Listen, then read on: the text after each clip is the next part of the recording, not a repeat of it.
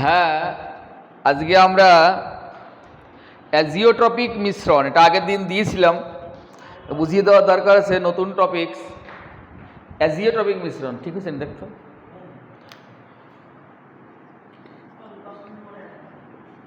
অ্যাজিওট্রপিক মিশ্রণ।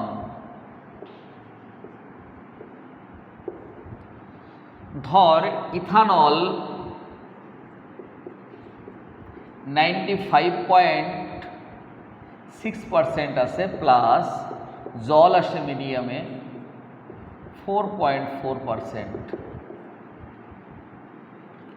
এটা হচ্ছে শতকরা সংযুতি। এই একই সংযুতিতে, একই পার্সেন্টেজে দুইজন একসাথে বাষ্পীভূত হবে, আবার একসঙ্গে একই অনুপাতেই ঘনীভূত হবে।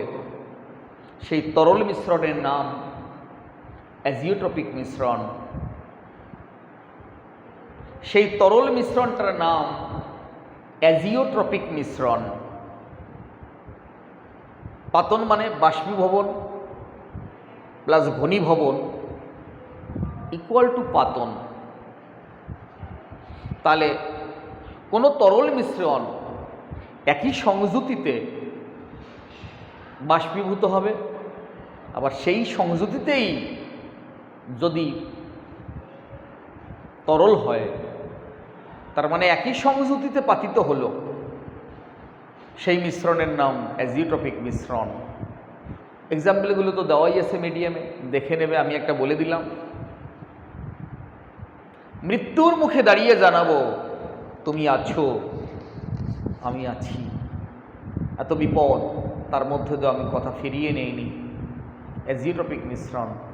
আর যদি বলি মৃত্যুর মুখে দাঁড়িয়ে জানাবো তুমি আছো আর আমি নেই, এটা অ্যাজিওট্রপিক মিশ্রণ না। এবার রাউল্টের সূত্র, রাউল্টের সূত্র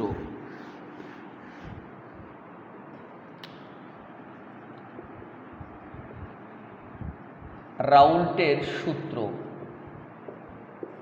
রাউল্টের দুটো সূত্র। যখন দ্রাবক উদ্বায়ী, দ্রাবক অনুদ্বায়ী,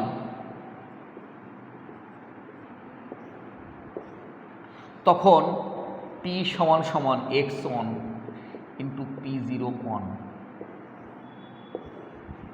আর যখন দুটোই উদ্বায়ী, দ্রাবক দুটোই উদ্বায়ী,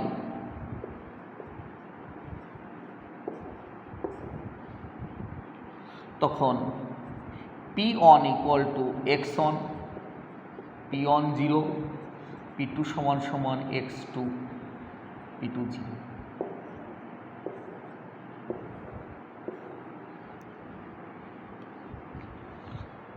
স্থির উষ্ণতায় উদ্বায়ী দ্রাবক এবং অনুদ্বায়ী দ্রাবক দ্বারা সৃষ্ট দ্রবণের বাষ্পচাপ, এটা সৃষ্ট দ্রবণের বাষ্পচাপ, এটা সমান সমান বিশুদ্ধ দ্রাবকের বাষ্পচাপ এবং তার মোল ভগ্নাংশের গুণফলের সমান। দ্রবণের বাষ্পচাপ কিন্তু হিসাব করা হচ্ছে শুধু দ্রাবক নিয়ে, কারণ দ্রাবকই কেবলমাত্র উদ্বায়ী, আর যে অনুদ্বায়ী হয় তার তো বাষ্পচাপ থাকে না। যে অনুদ্বায়ী হয়, দ্রাব অনুদ্বায়ী, ওর কি কোনো বাষ্পচাপ থাকে? থাকবে না। বলতো P বড় না P0 বড়? অবশ্যই P0 বড়, কারণ এটা ভগ্নাংশ। তার মানে কি হলো, 100 = ½ × 200। ভগ্নাংশ দিয়ে গুণ করলে বড় মানটা ছোট হয়ে যায়, তার মানে এটা বড় আছে। আচ্ছা, যদি দ্রাব এবং দ্রাবক দুটোই উদ্বায়ী হয়, যদি দ্রাব এবং দ্রাবক দুটোই উদ্বায়ী হয়, তাহলে কি হবে? তাহলে লিখতে হবে স্থির উষ্ণতায় উদ্বায়ী দ্রাবক এবং উদ্বায়ী দ্রাবক দ্বারা সৃষ্ট দ্রবণের প্রতিটি উপাদানের আংশিক বাষ্পচাপ প্রত্যেকটি উপাদানের আংশিক বাষ্পচাপ ওর বিশুদ্ধ বাষ্পচাপ এবং নিজ নিজ মোল ভগ্নাংশের গুণফলের সমান। তাহলে এটা দ্রাবকের বেলায় এটা, দ্রাবের বেলায় এটা। এটা দ্রবণে থাকা অবস্থায় আংশিক বাষ্পচাপ দ্রাবের, তার বিশুদ্ধ বাষ্পচাপ আর মোল ভগ্নাংশের গুণফলের সমান। এটা দ্রাবকের ক্ষেত্রে, এটা দ্রাবের ক্ষেত্রে। দুজনই উদ্বায়ী, তাই আমরা দুজনকেই ধরেছি। একজন উদ্বায়ী ছিল, তাই একজনকে ধরেছিলাম। এটাই হচ্ছে গল্প, আর কিছু নয়। স্থির উষ্ণতা মানানসই থাকতে হবে, এটা ফ্রেশ রাউল্টের সূত্র। নেক্সট, হেনরির সূত্র।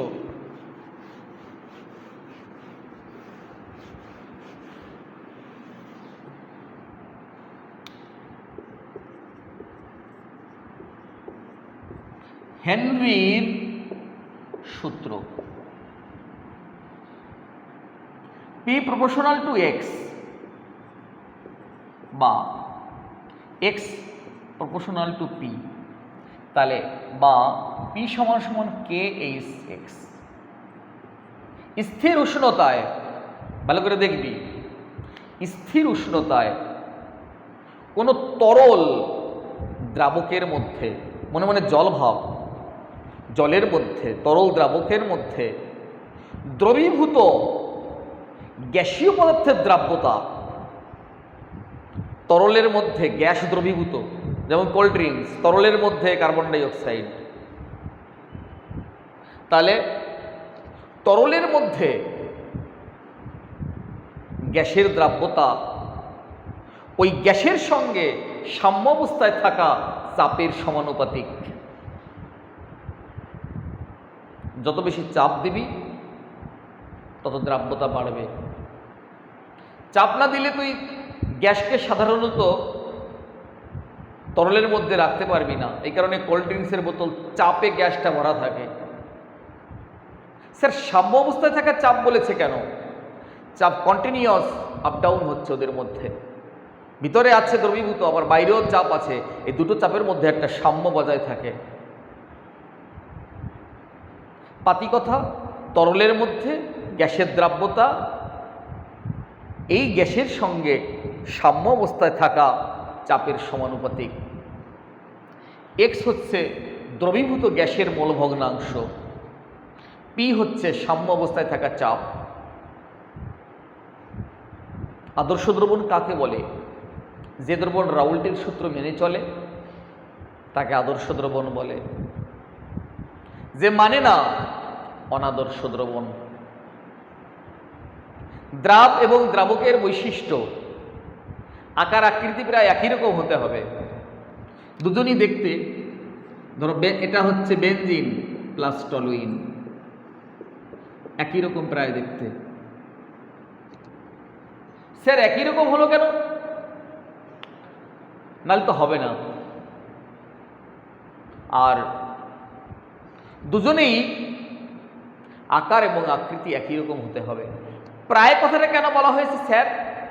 বাবু, দুটো যদি একদম হুবহু এক হয় তাহলে তো হবেই না। তাহলে তো জলে জলে দ্রবণ হলো, হয় কখনো হয়। এদের যখন তুই ওদেরকে মেশাবি, মেশানোর আগের আয়তন আর পরের আয়তন সমান, আয়তনে কোনো পরিবর্তন হয় না। তাই del V mixing equal to 0। আর পরের আয়তন যেটা আছে সেটাও তাই হবে। তার del H mixing equal to 0। তাপের কোনো পরিবর্তন হয় না, এনথ্যালপির কোনো পরিবর্তন হয় না, মেশানোর আগেও যা পরেও তাই। এদের মধ্যে অনাদর্শ দ্রবণ যারা রাউল্টের সূত্র মানে না, তাদের সঙ্গে ধনাত্মক বিচ্যুতি আর ঋণাত্মক বিচ্যুতি দেখা যায়।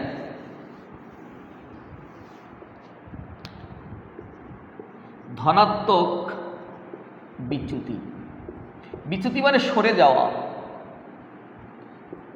এ এ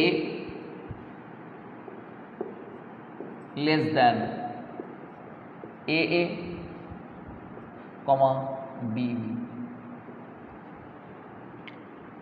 এটা হচ্ছে দ্রাব দ্রাব আর এটা হচ্ছে দ্রাবক দ্রাবক। আর এটা হচ্ছে দ্রাবক।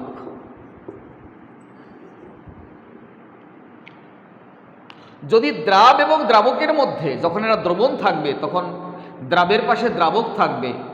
এই দ্রাব এবং দ্রাবকের মধ্যে আকর্ষণ বলটা যদি দ্রাব বা দ্রাবক থেকে কম হয়ে যায় তাহলে ধনাত্মক বিচ্যুতি মানে সরে যাওয়া, এবং তার মধ্যে ধনাত্মক বিচ্যুতি ঘটবে।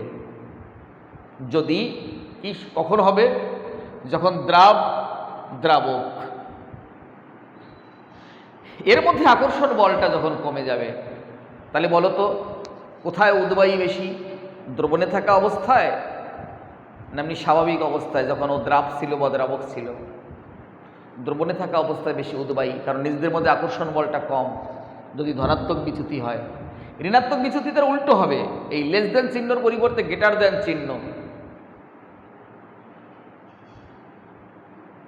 আকর্ষণ বল। একটা মেয়ের অন্য কোথাও বিয়ে হয়েছে, বাবার বাড়িতে যখন ছিল তখন বাবা মেয়েকে প্রচণ্ড ভালোবাসত, মেয়ের প্রতি বাবার আকর্ষণ বল বেশি ছিল। শ্বশুরবাড়িতে যে কমে গেছে, তাই শ্বশুরবাড়িতে থাকতে মেয়ের আর ভালো লাগবে না, উদ্বায়ী হয়ে যাবে। দ্রবণটা হচ্ছে শ্বশুরবাড়ি, দুজন আলাদা আলাদা। আর দ্রাব এটা হচ্ছে বাবার বাড়ি, তার নিজের লোকজন চারপাশে। শ্বশুরবাড়িতে থাকতে তার তখনই ভালো লাগবে যখন বাবার বাড়িতে যে ভালোবাসা বা আকর্ষণ পেয়েছে, গুরুত্ব পেয়েছে, শ্বশুরবাড়িতে যে তার চেয়ে যদি বেশি হয় তাহলে তার সেখানে থাকতে ভালো লাগবে। সেটা ঋণাত্মক বিচ্যুতি বলে আমাদের এখানে, মানে শ্বশুরবাড়িতে ভালো পেয়েছে। মেয়েটা যখন নেইল কাটারে হাত নখ কাটার সময় হাত কেটে যেত, বাবা সেদিন অফিস কামাই করে দিত, কাজে যেত না। আর আজকে তরকারি কাটার সময় অনেকটা হাত কেটে গেছে, ব্যান্ডেজ করা হয়েছে। একটু পরে শাশুড়ি মা এসে বলছে, বৌমা ছেলের তো অফিসে যেতে হবে, বসে আছো। তখন মেয়েটা ভাবছে, হায় রে, একদিন আমার বাড়িতে থাকাকালীন অবস্থায় আমাকে আমার বাবা অফিস কামাই করে দিত, আর আজকে আমার শাশুড়ি কি বলছে। তার মানে যখন ও বাবার বাড়িতে ছিল তখন পারিপার্শ্বিকের সাথে ওর আকর্ষণ বলটা বেশি ছিল, আজকে শ্বশুর বাড়িতে কম। এখানেও যখন দ্রাবক ছিল তখন আকর্ষণ বল বেশি ছিল, যখন দ্রবণ হয়েছে তখন আকর্ষণ বল কম। তাই এটার নাম হচ্ছে ধনাত্মক বিচ্যুতি, উল্টো হলে হবে ঋণাত্মক বিচ্যুতি। এপাশে এগুলোই আছে, এর এক্সাম্পলগুলো খুব ইম্পর্ট্যান্ট। যদি দিয়ে থাকি তাহলে ওখান থেকে দেখবে, নাহলে বই থেকে দেখে নেবে, আর নাহলে পরের দিন আমাকে জিজ্ঞেস করবে।